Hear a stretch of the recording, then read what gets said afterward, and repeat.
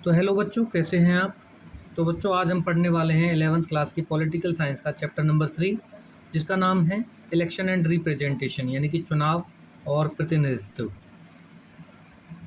Introduction से start करते हैं हम। तो इसमें आपका पहले क्वेश्चन दिया हुआ है, क्या बिना चुनाव के भी एक लोकतंत्र काम कर सकता है या बिना लोकतंत्र के भी चुनाव कराए जा सकते हैं। तो इसके बारे में हमको धीरे धीरे जानकारी मिलेगी आगे।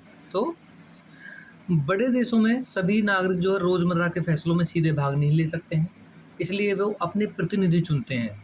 In larger countries all citizens can not participate directly in daily decision making, so they choose there representatives. यानी कि सिंपल सी बात है भाई, जो भी एक लार्ज कंट्री, एक बड़ा देश है, उसमें बहुत सारी पॉपुलेशन है। अब ऐसा तो नहीं है कि डेली वेज के जो डिसीजन लेने हैं उसमें प्रत्येक व्यक्ति से पूछा जाएगा, तो ऐसा नहीं कर सकते हम। तो इसलिए क्या किया जाता है, वहाँ पर रिप्रेजेंटेटिव चुने जाते हैं। यानी कि जैसे कि मान लीजिए हम क्या कौन कौन चुनते हैं, स्टेट लेवल पर एमएलए वगैरह चुनते हैं, और कंट्री लेवल पर हम किन को चुनते हैं, एमपी को चुनते हैं। ठीक है ना।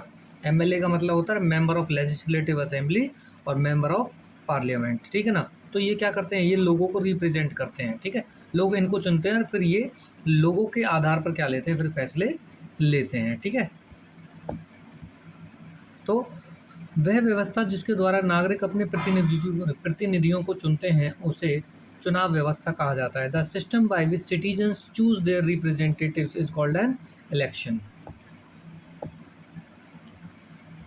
All elections are not democratic. Non-democratic countries also hold elections just for show. यानी कि सिंपल सी बात है, सभी चुनाव लोकतांत्रिक नहीं होते। गैर लोकतांत्रिक जो देश हैं, जो नॉन डेमोक्रेटिक कंट्री हैं, ठीक है, वो देश भी जो है दुनिया को दिखाने के लिए केवल चुनाव करवाते हैं। जैसे कि आपने नाम सुना होगा नॉर्थ कोरिया। ठीक है, कौन सा, नॉर्थ कोरिया, जिसमें किम जोंग उन है।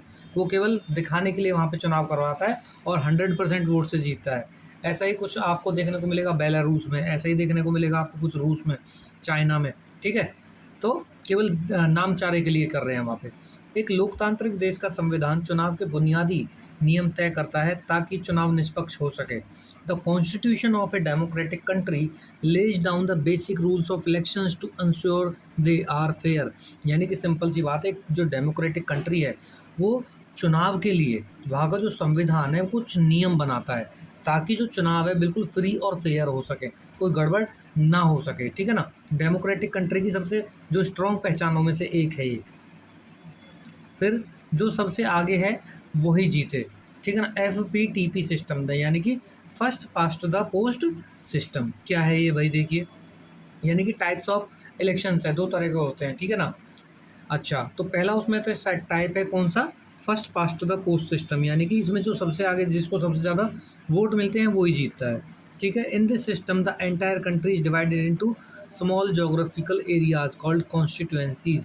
यानी कि सिंपल सी बात है, एक पूरा जो देश है वो अलग अलग छोटे छोटे किस में बटा हुआ है, कॉन्स्टिट्यूएंसीज में, क्षेत्रों में बटा हुआ है।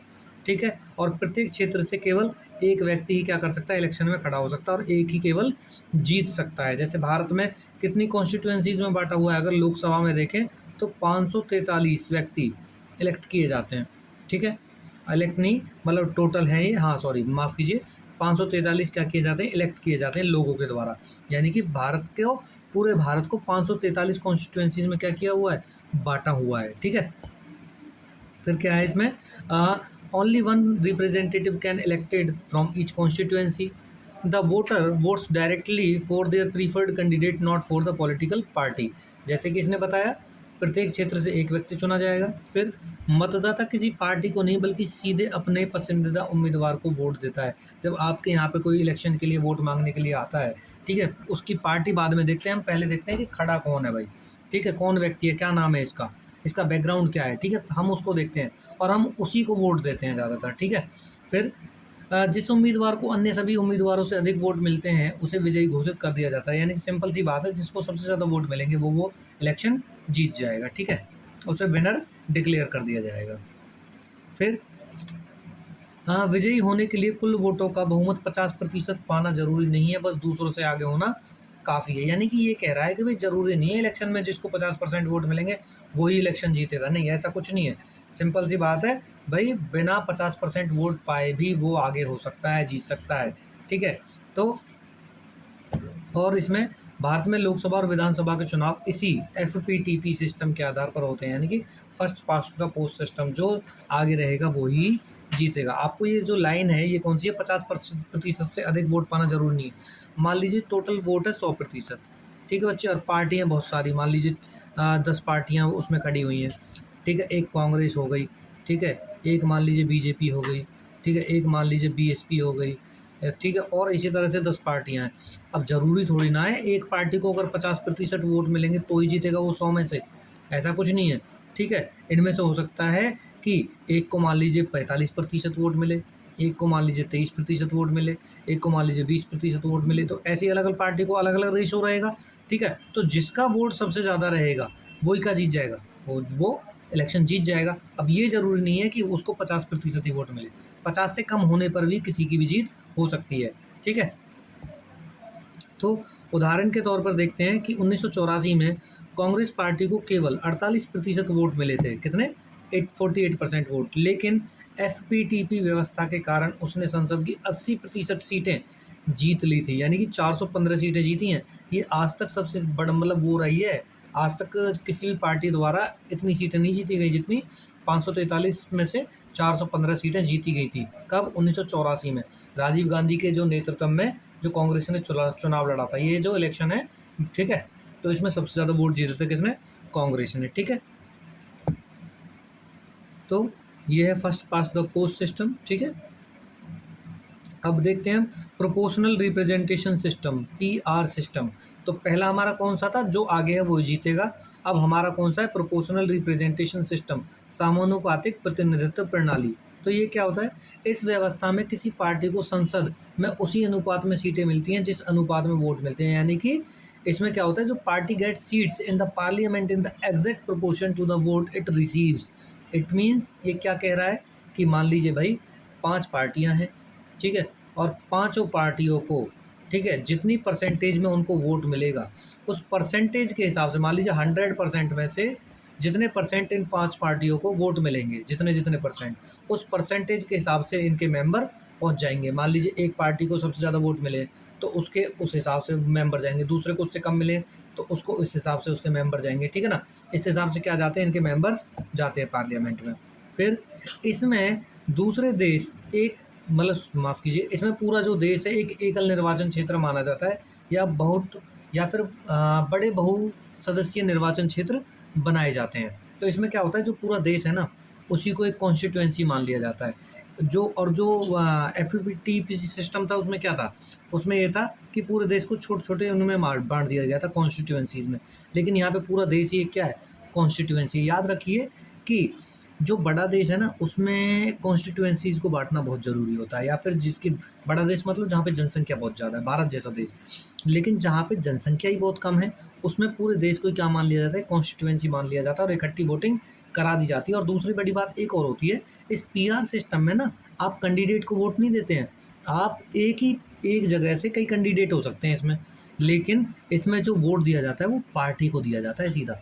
इसीलिए तो हम देख रहे हैं कि जिस पार्टी को जितने परसेंटेज में जो वोट मिलेंगे उसके उतने मेंबर पार्लियामेंट में पहुंच जाएंगे, ठीक है। तो क्या होता है, मतदाता उम्मीदवार को वोट न देकर सीधे राजनीतिक पार्टी को वोट देता है। प्रत्येक पार्टी चुनाव से पहले अपने उम्मीदवार की प्राथमिकता जो सूची जारी करती है, ठीक है। मतलब प्रत्येक जो है पार्टी है वो अपने उम्मीदवारों की सूची जारी कर देती है कि भाई हम इनको क्या बनाएंगे, मतलब उसका मेंबर बनाएंगे पार्लियामेंट का, ठीक है। Okay, each party releases A preference list of its candidate before the elections.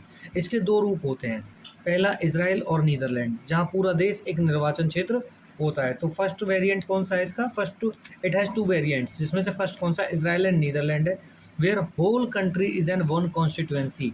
And second कौन सा है इसमें, अर्जेंटीना और पोर्टुगल आपको देखने को मिलता है, ठीक है। तो अब हम इनमें दोनों में डिफरेंस देखेंगे, एफपीटीपी में और पीआर जो सिस्टम है इलेक्शन का, इनमें क्या डिफरेंस है। सो एफपीटीपी सिस्टम, इसमें क्या है, पूरा कंट्री है जो डिवाइड होता है छोटी छोटी कॉन्स्टिट्यूएंसीज में, लेकिन इसमें पूरा कंट्री ही क्या माना जाएगा, आता है एक होल कंट्री ही पूरा का पूरा कॉन्स्टिट्यूएंसी मान लिया जाता है। Only one representative can elect from the one constituency, यानी कि एक क्षेत्र से केवल एक व्यक्ति चुना जा सकता है। इसमें more than one representative can elected from the one constituency, यानी कि एक एरिया से कई प्रतिनिधि भेजे जा सकते हैं पार्लियामेंट में, ठीक है। फिर voters vote for the candidate, यहाँ पे आप देखते हो जो आपसे वोट मांगने आता है ना व्यक्ति, पहले आप उसको देखते हो, लेकिन यहाँ पे वोटर्स किसको वोट देते हैं, यहाँ पे पार्टी को वोट देते हैं। पार्टी को वोटों के अनुपात में कम या ज़्यादा सीटें मिल सकती हैं, हो सकता है किसी पार्टी को ज़्यादा सीट मिली हो, किसी को कम मिली हो, लेकिन यहाँ पे पार्टी को वोटों के अनुपात में ही सीटें मिलती हैं, ठीक है। यानी कि क्या है, जिस पार्टी को जितना परसेंटेज वोट मिलेगा उतने ही उसके मेंबर जाएंगे, लेकिन यहाँ पे ऐसा सिस्टम नहीं है, ठीक है। यहाँ पे ए पार्टी में get more or fewer seats than its vote share, यानी कि हो सकता है उसको परसेंटेज में कम मिला हो वोट, लेकिन उसकी सीट्स ज़्यादा आ गई हैं, ठीक है, समझे। तो जैसे इसका एग्जाम्पल क्या है, इंडिया, यूनाइटेड किंगडम, इसराइल और नीदरलैंड इसके एग्जाम्पल हैं। फिर बात करते हैं भारत ने एफपीटीपी व्यवस्था को क्यों चुना, तो देखते हैं। देखिए सबसे बड़ी बात है कि the FPTP system is very simple and easy है, which an ordinary voter can understand without any difficulty, यानी कि सिंपल सी बात है, ये बहुत सरल और आसान व्यवस्था है। इसमें जो आम मतदाता है, जो वोटर है, वो बिना किसी कठिनाई के इसको समझ लेता है। इस व्यवस्था में मतदाताओं को अपने क्षेत्र के उम्मीदवार की सीधी जानकारी होती है और वो उसे जिम्मेदार ठहरा सकते हैं, यानी कि in this system voters know their local candidate directly and can hold them accountable, यानी कि इसमें क्या होता है, जो वोट मांगने जा रहा है ना, उसको सब जानते हैं भाई, और सिंपल सी बात है, अगर वो काम नहीं करेगा तो वो उससे जवाबदेही कर सकते हैं, उससे आंसर्स मांग सकते हैं, भाई आपने ये काम क्यों नहीं करा है, ठीक है। फिर जो PR system is highly complex, जो प्रोपोर्शनल सिस्टम है वो बहुत ज़्यादा कॉम्प्लेक्स है, which was not suitable for the vast and less literate country, यानी कि सिंपल सी बात है, जो पीआर वाला सिस्टम है ना वो जटिल है, कठिन है। फिर दूसरी बड़ी बात एक और होती है कि भारत जैसा एक तो विशाल देश है, जनसंख्या ज़्यादा है, फिर जनसंख्या ज़्यादा होने के बावजूद साक्षरता कम है, लिटरेसी रेट, पढ़े लिखे लोग कम हैं, तो इसलिए ये भारत के नज़रिए से ठीक नहीं है, ठीक है। फिर जो एफपीटीपी व्यवस्था है सरकार को स्थिरता प्रदान करती है, क्योंकि ये आमतौर पर एक पार्टी को स्पष्ट बहुमत दिलाने में मदद करती है, ठीक है। The FPTP system provide stability to government because it generally helps one party get clear majority. याद याद रखिए, जो ये सिस्टम है ना एफपीटीपी, इसमें मान लीजिए जिस पार्टी को सबसे ज़्यादा वोट मिलेंगे, ठीक है, या जिस पार्टी की सबसे ज़्यादा सीट आएंगी, वो क्या बना लेगी, सरकार बना लेगी। लेकिन जो पीआर सिस्टम है इसमें क्या होता है, सबको परसेंटेज के हिसाब से सीट दी जाती है। अब परसेंटेज के हिसाब से सीट दी जाएगी तो याद रखिए, यहाँ पर एक पार्टी का जो है जीत पाना बड़ा भारी होता है, ठीक है। और इसीलिए यहाँ पे हमेशा गठबंधन की सरकार बनती है, यानी कि कोलिब्रेशन गवर्नमेंट बनती है हमेशा यहाँ पे, ठीक है। तो यहाँ पे देखते हैं, this system encourages different social groups to work together to win elections promoting national integration. यह व्यवस्था विभिन्न सामाजिक समूहों को एक साथ मिलकर चुनाव जीतने के लिए प्रोत्साहन करती है, जिससे राष्ट्रीय एकता बढ़ती है। यानी सिंपल सी बात, अलग अलग समूह आकर कई बार एक साथ मिल जाते हैं और वो क्या करते हैं, एक साथ इलेक्शंस लड़ते हैं और जीतते हैं कई बार। तो इससे क्या होता है, नेशनल जो यूनिटी है वो भी प्रमोट होती है, एकता बढ़ती है लोगों में। भारत में पीआर व्यवस्था का सीमित प्रयोग, यानी कि जो प्रोपोर्शनल सिस्टम है, परसेंटेज वाला सिस्टम है, वो केवल भारत में क्या है, बहुत ही लिमिटेड यूज़ है उसका। कैसे देखते हैं, देखिए, एक complex variant of the PR system is adapted in India for the electing the president, vice president, Rajya Sabha and Vidhan Parishad, यानी कि इन लोगों को इलेक्ट करने के लिए केवल हम पीआर सिस्टम का वो करते हैं, ठीक है, यूज़ करते हैं। फिर this is known as the single transferable vote system, इसे एकल संक्रमणीय मत प्रणाली, सिंगल ट्रांसफरेबल वोट सिस्टम भी कहा जाता है, ठीक है, किसको, पीआर सिस्टम को। अब देखिए, राज्यसभा चुनावों में हर राज्य को उसकी जनसंख्या के आधार पर सीटें जो है दी जाती हैं और राज्य विधानसभा के जो विधायक हैं वो वोट डालते हैं, ठीक है। यानी कि सिंपल सी बात है, जो राज्यसभा के चुनाव होते हैं ना, उनकी जो सीटें हैं वो डिपेंड करती है कि वहाँ की जनसंख्या कितनी है, उस हिसाब से उनके जो लोग चुनकर जाएंगे राज्यसभा में, ठीक है। और सिंपल सी बात है, राज्यसभा को चुनने के लिए जो मेंबर चुने जाते हैं वो किसके द्वारा चुने जाते हैं, राज्य की विधानसभा, यानी कि एमएलए चुनते हैं उनको, ठीक है। जीतने वाले उम्मीदवार को वोट का एक निश्चित कोटा हासिल करना होता है, जिसका फॉर्मूला नीचे दिया हुआ है। यानी कि सिंपल सी बात है, अगर एक उम्मीदवार को जीतना है तो सिंपल सी बात हो, उसको एक बिल्कुल ही जो है निश्चित कोटा, यानी कि एक फिक्स जो है आपको जो है वोट मिलनी चाहिए, तभी वो जीत पाएगा, ठीक है ना। अब ये फॉर्मूला दे रखा है, देखिए, तो ये फॉर्मूला क्या है भाई, ये बता रहा है, the droop the droop quota formula used in a single transferable vote system to determine the minimum votes needed for election is calculated. यानी कि सिंपल सी बात है, एक व्यक्ति को जीतने के लिए इतने वोट्स चाहिए, ठीक है। तो इसमें क्या बताता है, ये टोटल वैलिड वोट कितने हैं, सीट कितनी है, +1 और ब्रैकेट बंद करके फिर 100+1। अब देखिए क्या कह रहा है, मान लीजिए एक सीट अवेलेबल है केवल, ठीक है, प्रेसिडेंसी के लिए, और वहाँ पे एमएलए कितने बनते हैं, 200 बनते हैं। देखिए टोटल वैलिड वोट्स, यानी कि टोटल वोट कितनी है वहाँ पर, मान लीजिए एक स्टेट है, वहाँ पे टोटल वोट कितनी है भाई, वहाँ पे 200 एमएलए हैं टोटल, ठीक है, एक स्टेट में। फिर और सीट कितनी है, केवल एक सीट है, यानी कि ये 200 एमएलए मिल करके किसको चुनेंगे, एक सीट पे एक व्यक्ति को चुनना है, ठीक है। अब सिंपल सी बात है, अगर एक व्यक्ति को अगर जीतना है तो उसको कितनी वोट चाहिए, तो ये बताया गया है। तो भाई इसका फॉर्मूला क्या दिया हुआ है इसने, कि 200 तो वोट हो गए हमारे टोटल, फिर एक सीट है और प्लस में 1 है हमारा फॉर्मूला में, फिर ब्रैकेट बंद करके क्या है, प्लस में 1 है। तो जब हम इसको कैलकुलेट करके आएंगे तो 200 अपन में 2 आ जाएगा, प्लस में 1, ठीक है। तो इसका कितना आ जाएगा, 100+1 यानी कि 101, यानी कि अगर एक सीट पर किसी को व्यक्ति को जीतना है तो उसको कितने वोट चाहिए, उसको 101 सीट्स वो वोट चाहिए, यानी कि इन 200 एमएलए में से 101 वोट जिसको मिल जाएंगे वो ही क्या हो जाएगा, जीत जाएगा, ठीक है। अब देखिए ये देखिए नीचे भी दे रखा है, candidate need 101 vote to win. अब बात करते हैं रिजर्वेशन फॉर कॉन्स्टिट्यूएंसीज, ठीक है। तो एफपीटीपी व्यवस्था में यदि कोई सामाजिक समूह अल्पसंख्यक है तो वह कहीं भी चुनाव नहीं जीत पाएगा, भले ही पूरे देश में उसकी अच्छी खासी संख्या हो। यानी कि सिंपल सी बात है भाई, अगर दो ग्रुप है, मान लीजिए एक मेजोरिटी है जो संख्या में बहुत ज़्यादा है, और दूसरे होते हैं माइनॉरिटी, ठीक है, माइनॉरिटी ये संख्या में कम होते हैं। अब भाई सिंपल सी बात है कि इनकी तो कभी सरकार बन ही नहीं पाएंगे, इनके तो लोग कभी जीत ही नहीं पाएंगे, क्योंकि जो मेजोरिटी में है उनकी सरकार बनती पाएगी, उनको वोट मिलता चला जाएगा, ठीक है। तो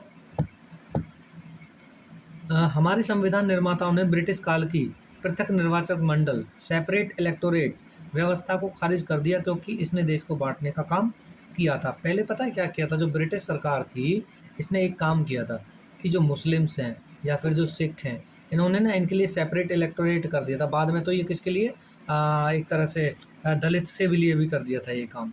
अब ये क्या होता है, एक बात मानिए कि मान लीजिए कोई मुस्लिम है, वो इलेक्शन में खड़ा हो रहा है, अगर वो इलेक्शन में खड़ा हो रहा है तो उसको जो ना वोट केवल मुस्लिम ही डाल सकते हैं, उसको कोई और वोट नहीं डाल सकता है, और उनके इलाके से केवल मुस्लिम ही खड़ा हो सकता है, यानी कि मुस्लिम को केवल मुस्लिम वोट डालेगा और कोई वोट नहीं डालेगा, ठीक है।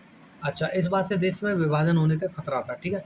इसके बजाय भारत ने आरक्षित निर्वाचन क्षेत्र की व्यवस्था को अपनाया, ठीक है। तो भारत ने क्या किया, सबके लिए सीट फिक्स कर दी, किसमें, लोकसभा में, राज्यसभा में। जैसे कि मान लीजिए लोकसभा है, ठीक है, लोकसभा में आप जानते हो 84 जो सीट हैं वो फिक्स हैं किसके लिए, एससी के लिए, और अप्रोक्सीमेटली और जो है 47 जो सीट हैं वो आपकी जो है रिजर्व है किसके लिए, एसटी के लिए। तो टोटल अगर हम इनकी वोट को देखें तो कितना हो जाएगा, ये देख लीजिए, 7 और 4 11, ठीक है। तो ये कितना हो जाएगा, 9 और 4 13, यानी कि 131 सीट्स जो इनके लिए रिजर्व है 543 में से। इन पे केवल जो है एससी ही खड़े हो सकते हैं, लेकिन वोट कोई भी डाल सकता है, ठीक है ना, ठीक है। एक इलाके से अगर एक एससी की सीट अगर रिजर्व आई है तो ये याद यकीन मानिए कि माफ़ कीजिए, तो इसमें क्या होगा इस सिस्टम में कि एससी का कैंडिडेट खड़ा होगा लेकिन वोट उसको कोई भी दे सकता है, ठीक है। लेकिन जो सेपरेट इलेक्टोरेट था ना, खड़ा भी एससी का ही होगा और वोट भी केवल उसको एससी ही दे सकता है, ठीक है। तो इंडिया ने क्या किया, तो इसलिए क्या किया, जो इंडिया है उसने जो है सेपरेट इलेक्टोरेट की जगह रिजर्व कॉन्स्टिट्यूएंसीज को प्रीफर किया कि भाई हम आपकी सीट रिजर्व कर देते हैं, आपके लोग कॉन्स्टिट्यूएंसी में जाएंगे ही जाएंगे, आप केवल सेपरेट इलेक्टोरेट को छोड़ दीजिए। इंडिया ने इसको खारिज कर दिया, क्योंकि कहीं ना कहीं ये भारत की जो समाज है उसमें डिवीजन का काम करता था। अब बात करते हैं कि देखिए वही आ गया, in a reserve constituency all citizens cast vote but the candidate can only belong to the reserve scheduled caste and scheduled tribe, यानी कि कैंडिडेट केवल इनसे होगा, एससी एसटी से, उसको वोट कोई भी डाल सकता है। फिर जैसे कि वर्तमान में 84 सीट्स शेड्यूल कास्ट के लिए रिजर्व है एंड 47 सीट्स एसटी के लिए रिजर्व हैं, ठीक है। इसके अलावा जो लोकल गवर्नमेंट्स हैं, ठीक है ना, जो लोकल बॉडीज़ हैं, लोकल गवर्नमेंट, पंचायत या म्यूनसिपैलिटीज़ जिनको हम बोलते हैं, उनमें 33% जो वोट्स हैं, सॉरी सीट्स हैं, वो रिजर्व हैं किसके लिए, वहाँ फीमेल्स के लिए। अब देखते हैं हम डिलिमिटेशन कमीशन, परिसीमन आयोग, यानी कि निर्वाचन क्षेत्रों की सीमा तय करने और आरक्षण का निर्णय लेने का काम स्वतंत्र संस्था करती है, जिसे परिसीमन आयोग कहते हैं। यानी कि ये जो डिलिमिटेशन कमीशन है, ये इसका काम क्या है, ये तय करता है कि जो जितने भी एक इलेक्टोरल सिस्टम है या फिर एक जो एरिया है जहाँ पे जो लोग खड़े होते हैं इलेक्शंस के लिए, उसकी बाउंड्रीज़ क्या होंगी। दूसरा, आरक्षण का जो डिसीजन लेता है वो यही कमीशन लेता है, ये बाउंड्रीज तय करता है किसकी, कॉन्स्टिट्यूएंसीज की, और डिसाइड करता है रिजर्वेशन को, ठीक है। फिर it is appointed by the president, इसको अपॉइंट किया जाता है, इस कमीशन को किसके द्वारा अपॉइंट किया जाता है, प्रेसिडेंट के द्वारा किया जाता है। Works in collaboration with the election commission, और ये चुनाव आयोग के साथ मिलकर क्या करता है, काम करता है। कौन, डिलिमिटेशन कमीशन, परिसीमन आयोग, ठीक है। स्वतंत्र और निष्पक्ष चुनाव, फ्री एंड फेयर इलेक्शंस। तो चुनाव व्यवस्था की सच्ची परीक्षा तभी होती है जब चुनाव पूरी तरह से स्वतंत्र, पारदर्शी और निष्पक्ष होता था। यानी कि अच्छा चुनाव कौन सा होगा, जो बहुत ज़्यादा मतलब कंप्लीटली फ्री होगा, ट्रांसपेरेंट होगा और फेयर होगा। अब इसमें देखिए एक फ्री और फेयर इलेक्शंस के बारे में बात करेंगे, क्या क्या चीज़ें ज़रूरी है। अब देखिए, मान लीजिए यूनिवर्सल एडल्ट सफरेज या फिर राइट टू कंटेस्ट, यानी कि सार्वभौमिक वयस्क मताधिकार, इसको सफरेज की जगह हम फ्रेंचाइजी भी बोल सकते हैं। चुनाव लड़ने का अधिकार, यानी कि भारत में 18 वर्ष या उससे अधिक आयु के सभी नागरिकों को बिना किसी भेदभाव के वोट डालने का अधिकार होता है। जब आप की जो एज 18 ईयर हो जाती है तो आप विदाउट एनी डिस्क्रिमिनेशन आप किसी को भी जो है वोट डाल सकते हैं, ठीक है। जैसे कि अब जो है 1989 तक जो है वोट डालने की जो एज थी वो 21 ईयर थी, लेकिन 1989 में आकर के इस वोट की जो एज है वो 18 साल कर दी गई। यानी कि संविधान में एक बदलाव किया गया 1989 में, ठीक है। और वो बदलाव था 61वें नंबर का, यानी कि 61वां संविधान संशोधन, अमेंडमेंट। उसने क्या किया कि वोट की जो एज है 21 वर्ष से माइनस कर करके कितनी कर दी, वो 18 ईयर कर दी, ठीक है। इस प्रकार सभी नागरिकों को चुनाव लड़ने का अधिकार है, बशर्ते लोकसभा चुनाव के लिए उनकी आयु कम से कम 25 वर्ष हो। याद रखिए कि लोकसभा का चुनाव कौन लड़ सकता है, जिसकी जो एज है वो कितनी होनी चाहिए, वो 25 ईयर होनी चाहिए मिनिमम, ठीक है। हालांकि सरपंची का आप 21 साल की उम्र में लड़ सकते हो। गंभीर अपराधों में जेल की सजा पाए व्यक्तियों को चुनाव लड़ने की कानूनी रोक लगाई जा सकती है। यानी कि सिंपल सी बात है, जिन पे जो है सीरियस क्राइम्स जो है एक तरह से उन पे जो है केस चल रहा है, तो उनको उन पे रोक लगाई जा सकती है, आराम से वो चुनाव नहीं लड़ेंगे। फिर इंडिपेंडेंट इलेक्शन कमीशन, स्वतंत्र चुनाव आयोग।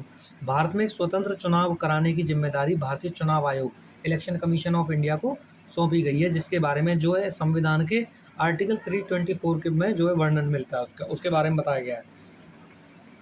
शुरुआत में चुनाव आयोग एक सदस्य था, यानी कि शुरुआत में जो चुनाव में जो एक सदस्य था, लेकिन 1989 में इसको और फिर 1993 में इसे बहुसदस्यीय कर दिया गया, यानी कि 3 मुख्य सदस्य और आ गए उसमें, मतलब टोटल सदस्य 3 हो गए। यानी कि मानिए 1989 तक जो है केवल एक सदस्य होता था, हेड होता था किसका, ईसीआई का, लेकिन 1989 में क्या कर दिया गया, इसमें 2 और ऐड कर दिए गए। अब एक हेड होगा और इसके नीचे भी 2 लोग काम करेंगे। इस तरह से क्या हो गया, बहुसदस्यीय हो गया, ठीक है। 1989 के बाद भी इसको खत्म कर दिया था, लेकिन 1993 में फिर से लागू किया और आज तक ये ऐसा ही बना हुआ है, ठीक है। इसमें एक मुख्य चुनाव आयुक्त होता है किसमें, इलेक्शन कमीशन ऑफ इंडिया में, और 2 अन्य चुनाव आयुक्त होते हैं जिनकी नियुक्ति राष्ट्रपति मंत्रियों की सलाह पर करता है, ठीक है। यानी कि राष्ट्रपति नियुक्त करता है, लेकिन जो केंद्र के मंत्री होते हैं, प्रधानमंत्री और उनका जो मंत्रिमंडल, या भाई प्रधानमंत्री होगा, गृह मंत्री होगा, ठीक है ना, कोई भी एक मंत्री हो सकता है कैबिनेट का, उनकी सलाह पर ही क्या करता है, नियुक्त करता है प्रेसिडेंट। मुख्य चुनाव आयुक्त को कार्यकाल सुरक्षा प्राप्त है, उन्हें केवल महाभियोग, ठीक है ना, इम्पीचमेंट जैसी कठिन प्रक्रिया द्वारा ही पद से हटाया जा सकता है। जैसे राष्ट्रपति को केवल महाभियोग द्वारा हटाया जा सकता है, इम्पीचमेंट द्वारा। Chief election commission enjoy security of tenure and can be removed from the office only through a difficult process like impeachment. महाभियोग का मतलब होता है कि संसद में भाई क्या करेंगे, बिल पेश करेंगे वो लोग, सॉरी संसद में एक प्रस्ताव लाएंगे। अब प्रस्ताव जब लाएंगे तो क्या करेंगे कि भाई ये जो इलेक्शन कमीशन है, जो इसका हेड है, काम नहीं कर रहा है ढंग से, तो सब लोग उस पर वोटिंग करेंगे कि क्या इस इलेक्शन कमिश्नर को हटाना चाहिए या नहीं हटाना चाहिए। अगर सब ने कह दिया कि हटाना चाहिए तो वो हट जाता है। ऐसे ही प्रेसिडेंट का है, उसके खिलाफ भी यही जो है वोटिंग कराई जाती है, कहाँ पे, उसमें पार्लियामेंट में, ठीक है। चुनाव आयोग के कार्य, functions of the election commission. तो मतदाता सूचियों यानी कि कार्य क्या क्या है, ये इंपॉर्टेंट क्वेश्चन है कि इलेक्शन कमीशन के क्या क्या कार्य हैं फंक्शन से। तो पहला है वोटर लिस्ट रेडी करता है ये, और उसको टाइम टू टाइम अपडेट करता रहता है। फिर चुनाव आयोग समय तय करता है, अधिसूचना जारी करता है, और चुनाव का पूरा शेड्यूल, टाइमिंग बताता है इलेक्शंस की। नोटिफिकेशन डालता है और इसके अलावा एंटायर जो इलेक्शन है उसका शेड्यूल देखता है, कब कराना है, कैसे कराना है, क्यों कराना है, मतलब किस तरह से कराना है। चुनाव परिणामों की घोषणा करता है कि इलेक्शंस के जो रिजल्ट है वो भी चुनाव आयोग करता है। जो पॉलिटिकल पार्टीज़ हैं उनको क्या देता है, उनको एक तरह से रिकॉग्नाइज करता है ये कि भाई हाँ मान्यता प्राप्त है ये इंडिया में पार्टी एग्जिस्ट करती है। और चुनाव चिन्ह देता है, सिंबल्स देता है, किसको, पॉलिटिकल पार्टीज़ को, ठीक है। इसके अलावा मॉडल कोड ऑफ कंडक्ट लगाता है, यानी कि आदर्श में चुनाव आचार संहिता लगाता है, लागू करता है और उनको उल्लंघन करने पर क्या करता है, दंडित करता है। यानी कि सिंपल सी बात है, जितनी पार्टीज जो प्रचार प्रसार करती हैं उनकी टाइमिंग बताता है कि भाई आप इस डेट से इस डेट तक क्या कर सकते हो, चुनाव प्रचार कर सकते हो। अगर आप उसके बाद चुनाव प्रचार करोगे तो आप पे क्या लगाया जाएगा, आप पे या तो फाइन लगाया जाएगा या आपको पनिश किया जाएगा। भारत के निर्वाचन आयोग के कार्य, ठीक है, ये यहाँ पे दे रखा है सारा का सारा, जितने भी जो कार्य हैं इसके, ये functions of the election commission पूरे के पूरे दे रखे हैं, ठीक है बच्चे।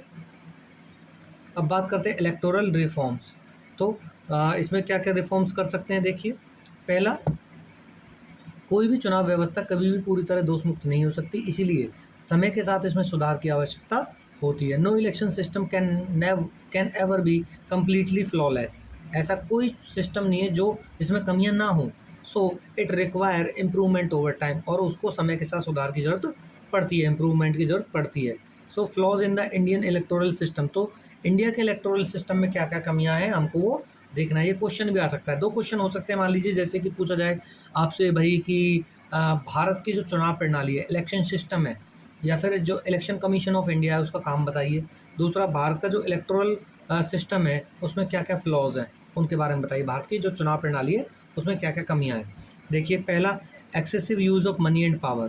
तो अमीर उम्मीदवार और पार्टियां पैसे के दम पर क्या करती हैं, चुनाव को प्रभावित करती हैं। Rich candidate and parties influence elections with money, जैसे हाल ही में जैसे बिहार के चुनाव में हुआ था। यानी कि सिंपल सी बात है, जिस पार्टी के पास ज़्यादा पैसा होगा वो चुनाव को इम्पैक्ट करेगी, इन्फ्लुएंस करेगी, ठीक है। बाहुबल और आपराधिक तत्व, तो muscle power and criminal elements, राजनीति का अपराधीकरण हो रहा है और कई दागी चेहरे चुनाव जीत रहे हैं। यानी कि politics is being criminalised and many tainted faces win elections. यानी कि जिन पे जो सीवियर क्राइम्स, किसी ने खून कर रखा है, किसी पे रेप का केस चल रहा है, वो भी क्या करते हैं, इलेक्शंस लड़ते हैं। और मसल पावर, सिंपल सी बात है भाई, जिस पे पैसा है उस पे बाहुबल भी होगा, यानी कि वो ताकतवर होगा, ठीक है। फिर दूसरा, जातिवाद और सांप्रदायिकता, कास्टिज्म एंड कम्युनलिज्म। वोट मांगते समय अक्सर लोगों की धार्मिक और जातीय भावनाओं को भड़काया जाता है, ठीक है। जैसे कि आपने कुछ समय पहले जो इंडिया में इलेक्शन हुए थे उनमें आपने देखा होगा, कास्ट के नाम पर और धर्म के नाम पर वोट मांगे जाते हैं और कई बार एक दूसरे के खिलाफ भड़काया जाता है, ठीक है। वंशवाद, डायनेस्टीज, ठीक है। राजनीतिक दलों में टिकट वितरण पारदर्शी नहीं है और परिवारवाद को बढ़ावा दिया जाता है। यानी कि डायनेस्टिक सक्सेशन, एक लीडर जो है वो चाहेगा कि उसी का बेटा क्या बने, अगला लीडर बने, ठीक है ना। वो ये नहीं देखेगा कि पार्टी में क्या कोई और भी उम्मीदवार है जो काबिल है, ठीक है ना। यानी कि ट्रांसपेरेंट बिल्कुल नहीं है ये प्रोसेस, ठीक है। इसमें सब लोग क्या करते हैं, अपने परिवारवाद को ही बढ़ावा देते हैं। Flaws in the Indian constitution, ये आ गया। Money power, first past the post system, excessive role of political parties, ठीक है। और ये क्रिमिनल ऑफ पॉलिटिक्स, ठीक है। ये सारे misuse of media and social media, lack of transparency and accountability, inequalities in representation, ये सारे सारे क्या फ्लॉज